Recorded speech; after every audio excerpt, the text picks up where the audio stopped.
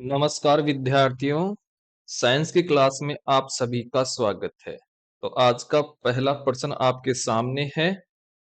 पहले प्रश्न से स्टार्ट कर लेते हैं।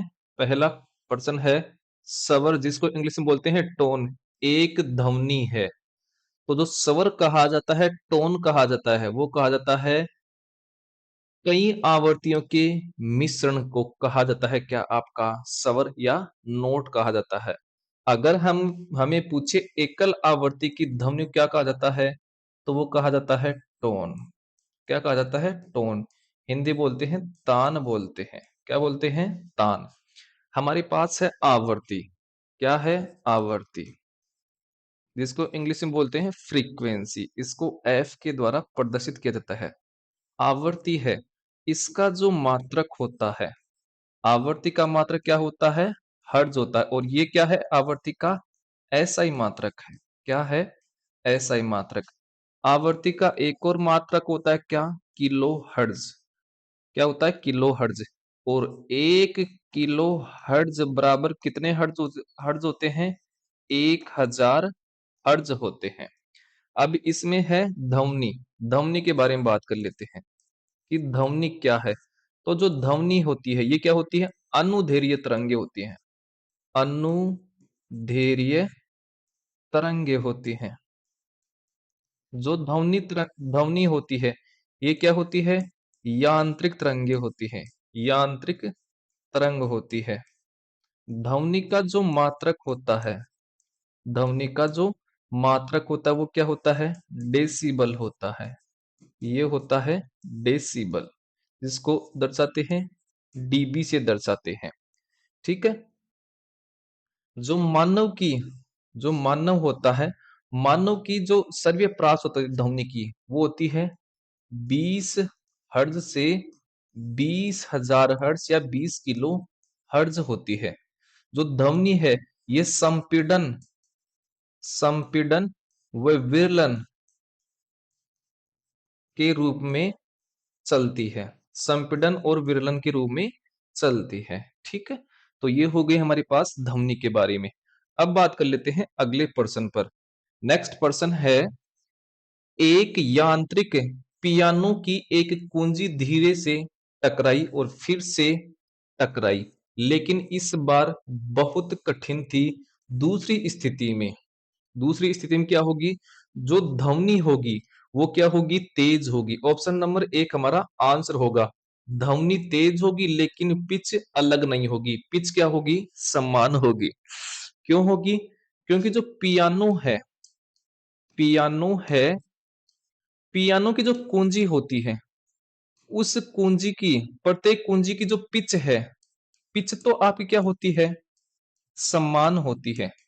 पिच आपकी समान होती है, लेकिन उस कुंजी से प्रबलता अलग अलग आती है। प्रबलता अलग अलग होती है। क्या होती है? प्रबलता अलग अलग होती है। देखिए, पिच क्या होती है? पिच, या इसी पिच को क्या बोलते हैं? तारत्व बोलते हैं। इसी पिच को क्या बोलते हैं? तीक्ष्णता बोलते हैं। ठीक है। ये किस पर डिपेंड करती है? तो जो ये डिपेंड करती है, ये निर्भर करती है, ये करती है आवृत्ति पर। किस पर डिपेंड करती है? आवृत्ति पर। अर्थात जो पिच होती है, ये समानुपाती होती है किसके? आवृत्ति के, फ्रीक्वेंसी के समानुपाती होती है। अगर आपकी पिच बढ़ती है, तो आपकी आवृत्ति भी बढ़ेगी। अगर आवृत्ति घटती है, तो आपकी पिच भी घटती है। आवृत्ति किसको बोलते हैं? आवृत्ति बोलते हैं कंपनों को। किसको बोलते हैं? कंपन को। अर्थात एक वस्तु 1 सेकंड में कितनी बार कंपन करती है, कितनी बार हिलती है, वो होती है क्या? आवृत्ति होती है। क्या होती है? आवृत्ति होती है। और जो आवृत्ति है, इसका जो मात्रक होता है, वो क्या होता है? हर्ट्ज होता है। क्या होता है? हर्ट्ज। अब बात कर लेते हैं प्रबलता। क्या बोलते हैं? प्रबलता।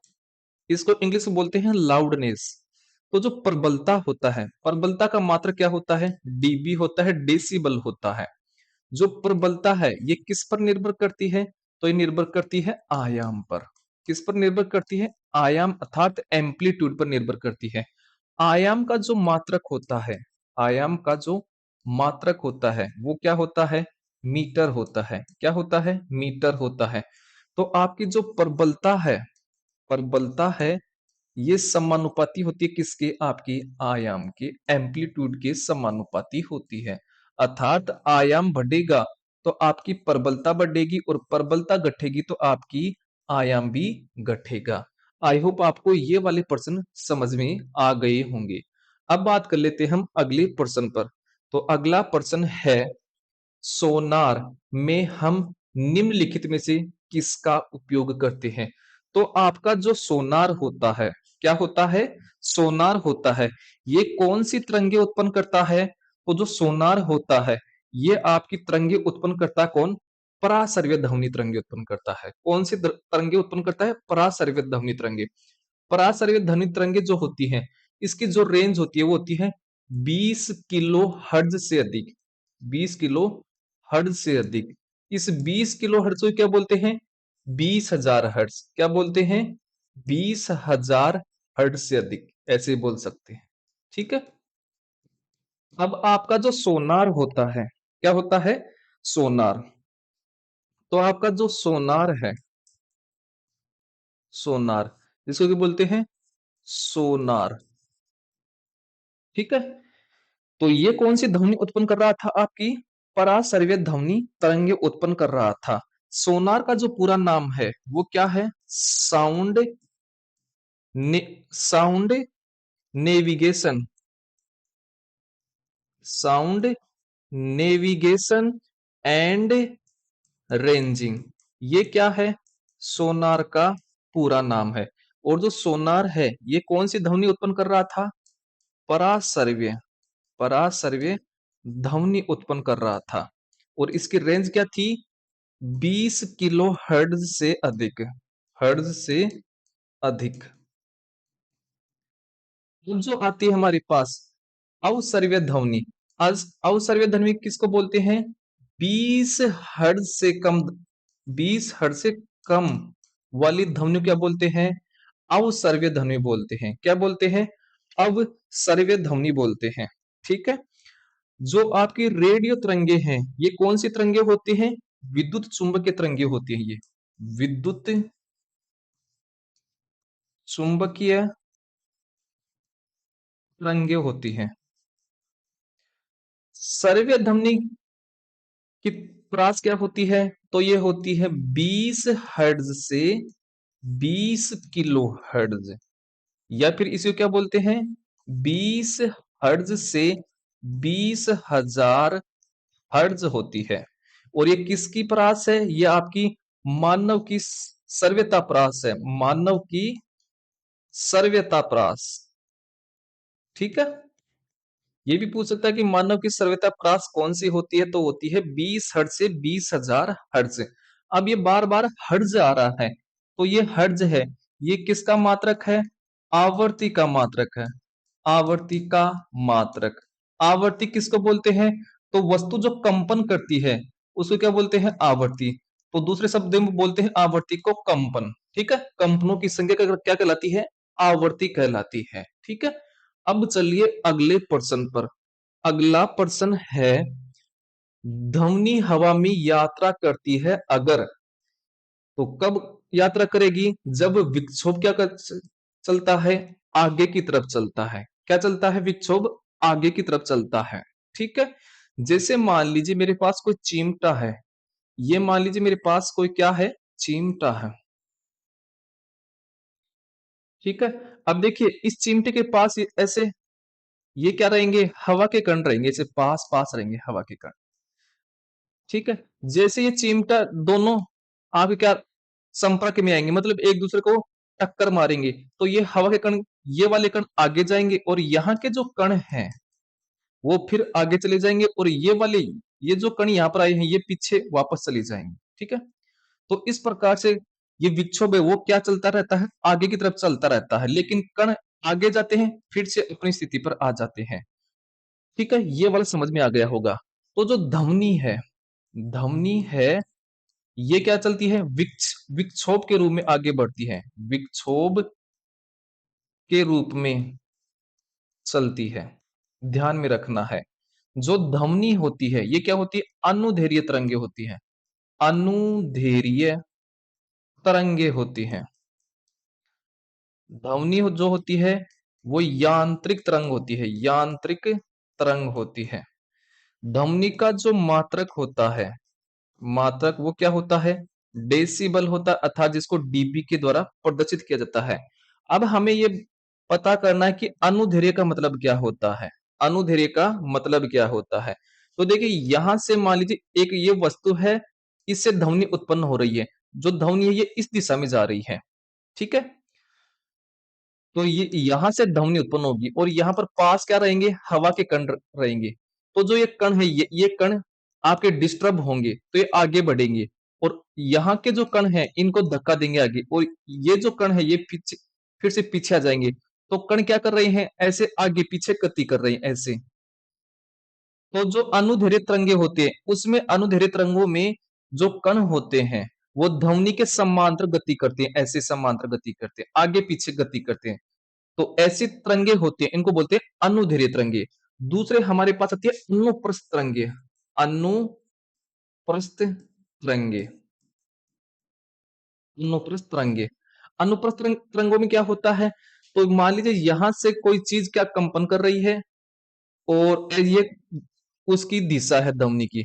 तो अगर कण क्या करें? ऐसे ऊपर नीचे ऐसे गति करें, 90 डिग्री पर ऐसे गति करें, तो ऐसी तरंगे को बोलते हैं अनुप्रस्थ तरंगे। क्या बोलते हैं? अनुप्रस्थ तरंगे बोलते हैं। ठीक है? आई होप आपको ये वाले समझ में आ गए होंगे। अनुप्रस्थ तरंगों के देखिए एग्जाम्पल मैं बता देता हूं। जैसे आपके होती है प्रकाश तरंगे, प्रकाश तरंगे। इसके अलावा सूक्ष्म तरंगे क्या होती हैं? सूक्ष्म तरंगे हैं। इसके अलावा आपकी रेडियो तरंगे, रेडियो तरंगे ये क्या होती है? आपकी अनुप्रस्थ तरंगे होती हैं। क्या होती हैं? अनुप्रस्थ तरंगे होती हैं। अब चलते हैं आगे के पर्सन की तरफ। आगे वाला पर्सन है, जब हम मंद ध्वनि को तीव्र ध्वनि में बदलते हैं तो हम इसके खालिस्तान की वृद्धि करते हैं। तो किसमें वृद्धि करते हैं? आयाम में। किसमें करते हैं? आयाम में। अर्थात जो आयाम है ये किसके समानुपाती होता है? प्रबलता के। किसके समानुपाती होता है? प्रबलता के। और प्रबलता समानुपाती होती है किसके? ऊर्जा के। किसके समानुपाती होती है? ऊर्जा के। अर्थात हम जितनी ज्यादा बोलने में ऊर्जा खर्च करेंगे उतनी ज्यादा क्या आएगी? तेज आवाज आएगी और उतना ज्यादा क्या रहेगा? आयाम रहेगा। क्या रहेगा? आयाम रहेगा। अब बात कर लेते हैं आयाम का जो मात्रक है। आयाम का मात्रक ये तो क्या होता है? मीटर होता है। और प्रबलता है, इसका जो मात्रक है, इसका मात्रक क्या होता है? डेसिबल होता है। डेसिबल होता है। और जो ऊर्जा है, ऊर्जा के कई मात्रक होता है। जैसे जूल हो गया है। क्या हो गया है? जूल है, अर्ग है, किलो जूल है, किलो जूल है, कैलोरी है, कैलोरी है, किलो कैलोरी है, किलो कैलोरी है। ठीक है? इसके अलावा किलोवाट घंटा है, किलोवाट घंटा है। ये क्या है? आपके ऊर्जा के मात्रक है।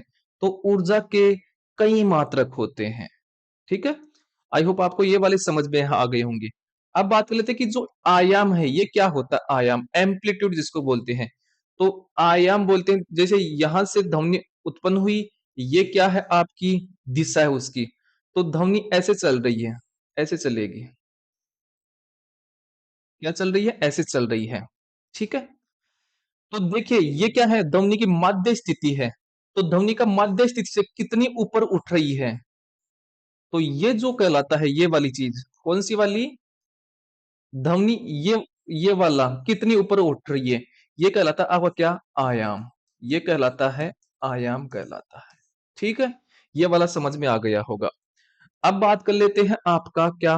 तरंग दैर्घ्य के बारे में। किसके बारे में? तरंग दैर्घ्य। तो तरंग दैर्घ्य को लैम्ब्डा के द्वारा दर्शाते हैं, इसके द्वारा। तरंग दैर्घ्य का जो मात्रक होता है, तरंग दैर्घ्य का जो मात्रक होता है वो होता है क्या? मीटर होता है।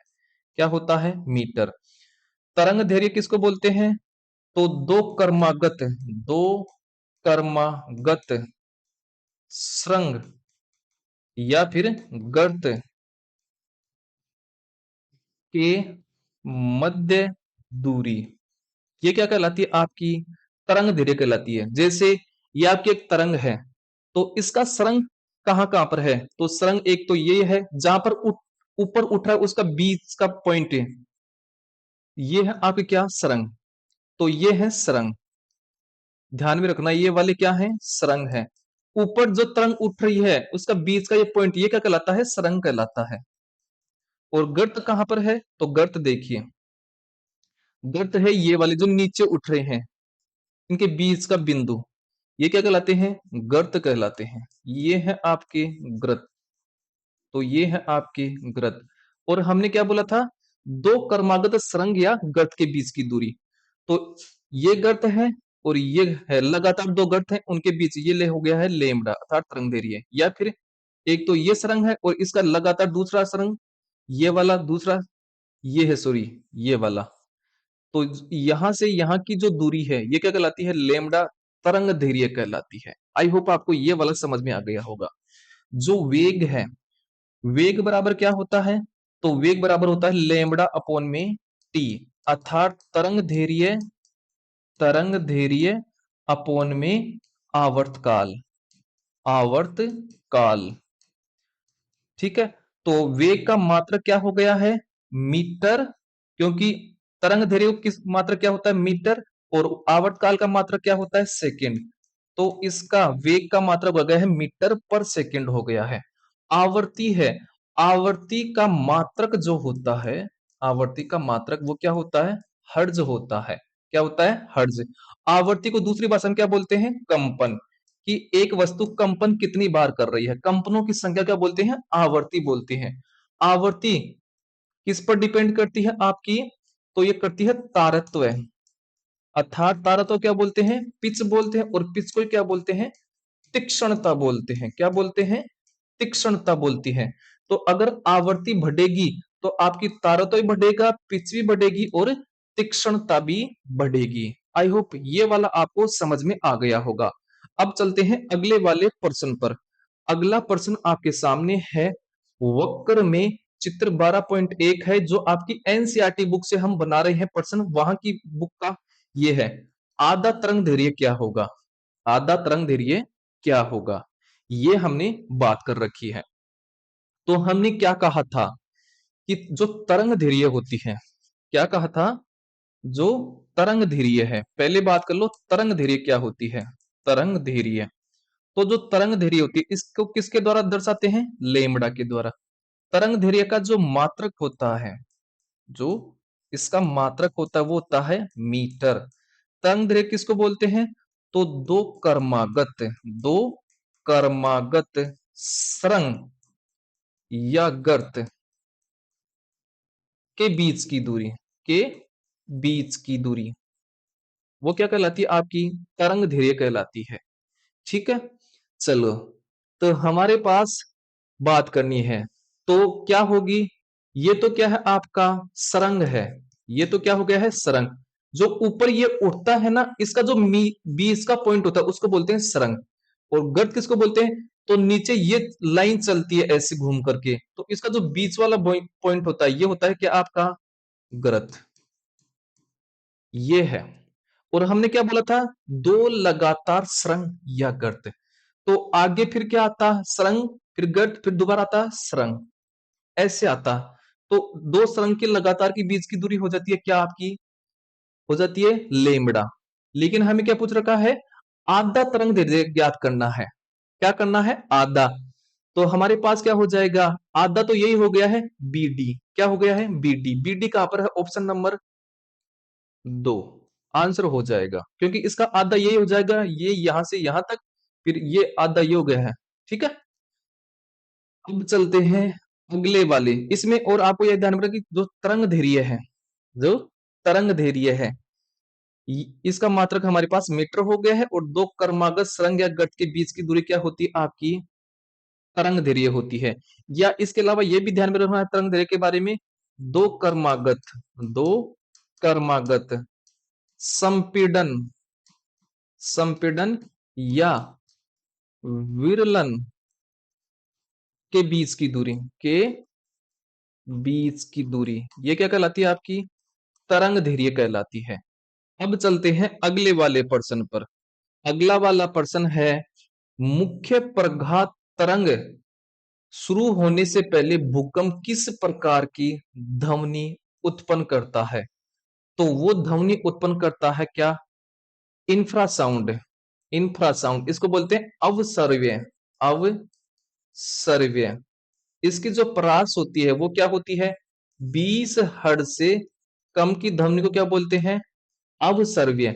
अब जो भूकंप है, जो भूकंप है, इसको किसके द्वारा मापते हैं? तो जो मापते हैं वो मापते हैं सिस्मोग्राफ के द्वारा। सिस्मोग्राफ के द्वारा। लेकिन भूकंप की जो तीव्रता होती है उसको किसके द्वारा मापते हैं? तो मापते हैं रिक्टर स्केल के द्वारा। रिक्टर स्केल के द्वारा मापते हैं। ये आपको ध्यान में रखना है। ठीक। अब हमारे पास आता है सर्व्य ध्वनि। तो सर्व्य ध्वनि की जो परास होती है 20 हर्ट्ज से 20 किलो हर्ट्ज, या आपको दे सकता है 20 हर्ट्ज से 20 किलो हर्ट्ज को क्या लिखते हैं? 20,000 हर्ट्ज। 20,000 हर्ट्ज ये भी है। अल्ट्रासाउंड इसको बोलते हैं परासर्व्य ध्वनि। परासर्व्य ध्वनि।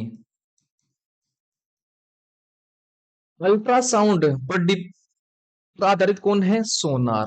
कौन है? सोनार। और अल्ट्रासाउंड की प्रास क्या होती है? 20 किलो हर्ट्ज या फिर 20,000 हर्ट्ज से अधिक की जो ध्वनि होती है उसको क्या बोलते हैं आपके? अल्ट्रासाउंड बोलते हैं। और जो हर्ट्ज होता है ये किसका मात्रक होता है आपका? 20,000 हर्ट्ज है। ये 20,000 हर्ट्ज हर्ट्ज है। ये मात्रक है आवर्ती का। किसका मात्रक है? आवर्ती का मात्रक है, फ्रीक्वेंसी का मात्रक है। अब चलते हैं अगले वाले प्रश्न पर। अगला वाला प्रश्न है, अवसर्व्य ध्वनि को निम्न द्वारा उत्पन्न किया जा सकता है। तो वो उत्पन्न किया जाता है गेंडा अर्थात राइनोसिरस द्वारा। ठीक। जो मनुष्य है, मनुष्य की ध्वनि परास क्या होती है? 20 हर्ट्ज से 20 किलो हर्ट्ज, या इसी को क्या बोलेंगे? 20 हर्ट्ज से 20,000 हर्ट्ज।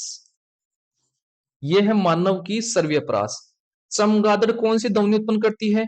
तो वो उत्पन्न करती है परासर्व्य ध्वनि। परासर्व्य ध्वनि को। और इसकी रेंज क्या होती है? 20 किलो हर्ट्ज से अधिक। 20 किलो हर्ट्ज किसके बराबर होती है? 20,000 हर्ट्ज के बराबर। कुत्ता है, कुत्ता आपका 25,000 हर्ट्ज की ध्वनि को भी सुन सकता है। 25,000 हर्ट्ज की ध्वनि को भी सुन सकता है, ध्यान में रखना है। अब चलते हैं अगले वाले प्रश्न पर। अगला प्रश्न आपके सामने है, एक संगीत समारोह में ऑर्केस्ट्रा बजाने से पहले एक सितार वादक तनाव को समायोजित करने की प्रयास करता है और तार को उपयुक्त रूप से बजाता है।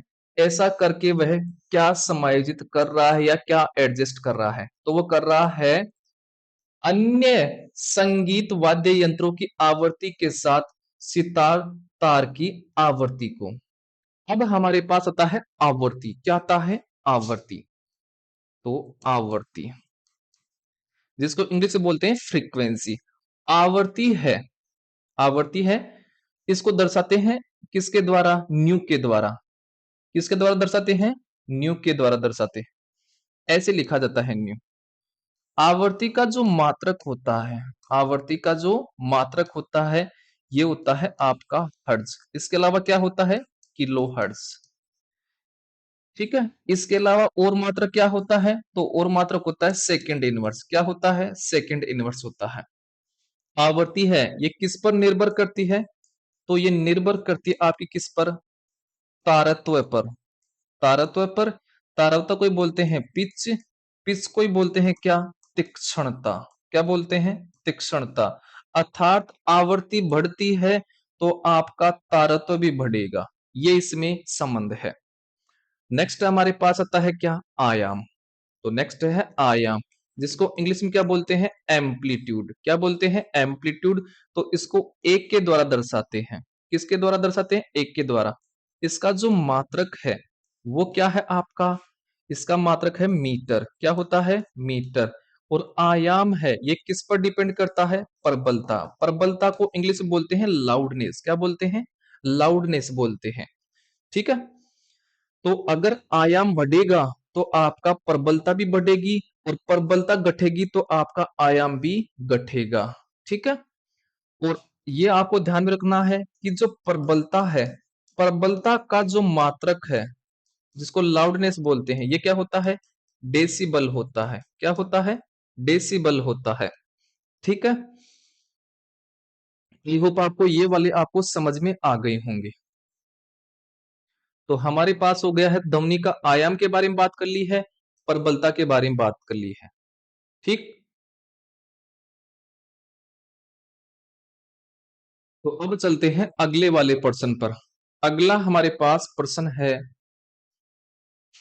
कान द्वारा सुनी जाने वाली टिक टिक की सबसे तेज आवाज सुनने के लिए चित्र 12.4 में कोण x ज्ञात कीजिए। ये आपकी एनसीईआरटी की बुक से ही लिया है।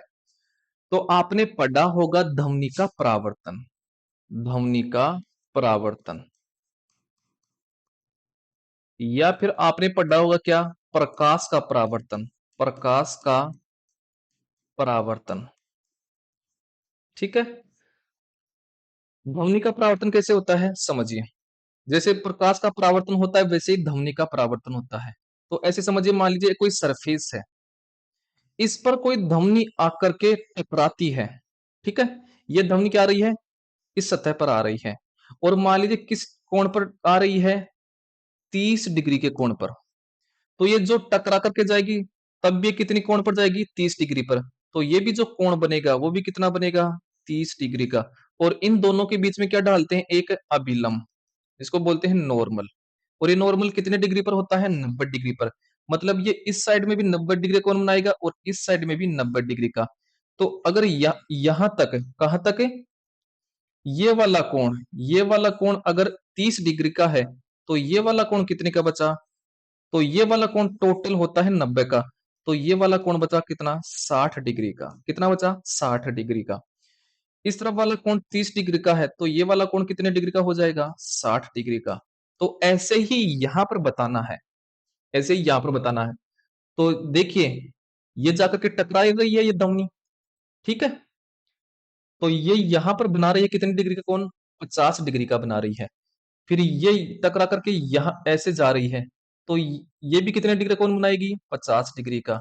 और ये जो अभिलंब है ये कितनी डिग्री पर होता है आपका, 90 डिग्री पर होता है। तो अगर इस तरफ वाला ये वाला कोण 50 का है, तो ये वाला कितने का हो जाएगा, ये टोटल होता है 90 का। तो ये वाला कोण कितने का हो गया है, 40 डिग्री का। और ये भी कितना हो जाएगा, 40 डिग्री का।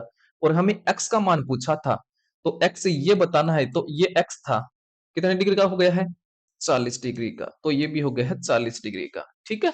आई होप आपको ये वाला समझ में आ गया होगा। इसी प्रकार से प्रकाश का भी क्या होता है, परावर्तन। कैसे, ऐसे समतल सतह होती है, सूर्य की प्रकाश किरणें ऐसे आएंगी, इस पर टकराएंगी। तो जिस कोण से आती हैं, मान लीजिए यहाँ पर 50 डिग्री का कोण बना, तो टकरा करके प्रकाश दूसरी दिशा में जाएगा, तो भी कितने डिग्री का कोण बनाएगा, 50 डिग्री का। अब बीच में क्या होता है, नॉर्मल होता है, मतलब अभिलंब।